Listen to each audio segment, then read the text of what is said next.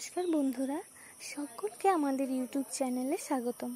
সকল ইউটিউব দর্শককে আমাদের গীতা আয়ুর্বেদিকের পক্ষ থেকে অসংখ্য ধন্যবাদ। আজকে আমাদের ভিডিওর বিষয় হলো কুলেখাড়া টনিক নিয়ে।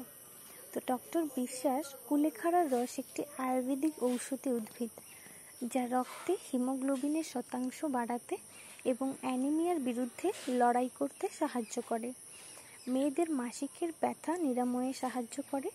গর্ভাবস্থায় মহিলাদের শরীরে রক্তের ঘাটতি হয়, তাই এটি গর্ভাবস্থায় হিমোগ্লোবিনের মাত্রা বাড়াতে সাহায্য করে। কুলেখাড়া রস পাকস্থলীয় ও যকৃতের কার্যকারিতা উন্নত করে, হজমের উন্নত করে, রোগ প্রতিরোধ ক্ষমতা বাড়ায় এবং রক্তচাপ কমায়।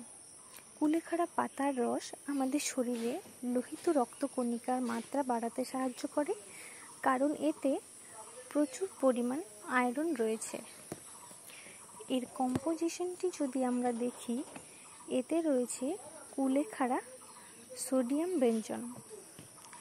এর গুণাবলী: কুলেখাড়া একটি প্রাকৃতিক ভেষজ সম্পূরক, যা এর শক্তিশালী অ্যান্টি ইনফ্ল্যামেটরি এবং অ্যান্টিঅক্সিডেন্ট বৈশিষ্ট্যের জন্য পরিচিত। বইয়ের হাবিব ডিফুসা উদ্ভিদ থেকে তৈরি।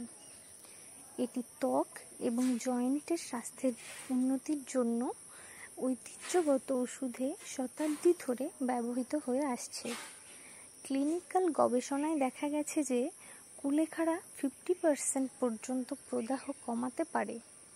এটি বিভিন্ন অবস্থার জন্য একটি কার্যকর প্রাকৃতিক প্রতিকার করে তোলে। আজই কুলেখাড়া দিয়ে আপনার স্বাস্থ্য ও সুস্থতা বাড়ান।